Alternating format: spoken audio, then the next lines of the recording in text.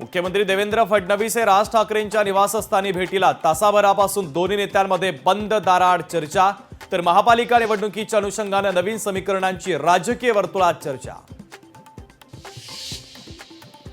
परभणी प्रकरणामध्ये पोलिसांवर गुन्हे दाखल होणं संयुक्तिक होणार नाही, भाजपचे आमदार सुरेश धस यांचं वक्तव्य। परभणी प्रकरणात लुडबुड करू नका, सचिन खरातांनी धसांना सुनावलं, तर कुठल्याही परिस्थितीमध्ये कोणालाही माफी नाही, जितेंद्र आव्हाडांची संतप्त प्रतिक्रिया। दरबारी राजकारण करत नाही, उपमुख्यमंत्री एकनाथ शिंदेंची भाजप आमदार गणेश नाईकांच्या जनता दरबारावर टीका, तर प्रत्येकाचं जगणं वेगळं असतं, ज्यांनी त्यांनी आपलं जगणं जगावं, गणेश नाईकांचा पलटवार।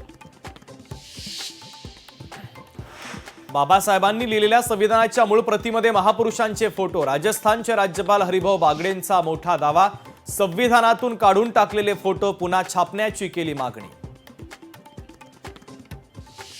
मनसोक्त भांडायचं असेल तर आघाड्यांची गरजच काय, इंडिया आघाडीतील मित्रपक्षांना सामनातून खडेबोल, तर दिल्ली पराभवानंतर आम आदमी पक्ष आणि काँग्रेसला सुनावलं।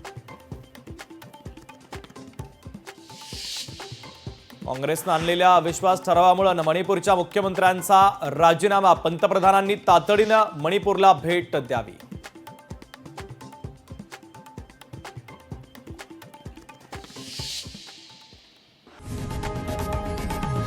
लोकशाही मराठी ऐका, पहा, जागरूक रहा।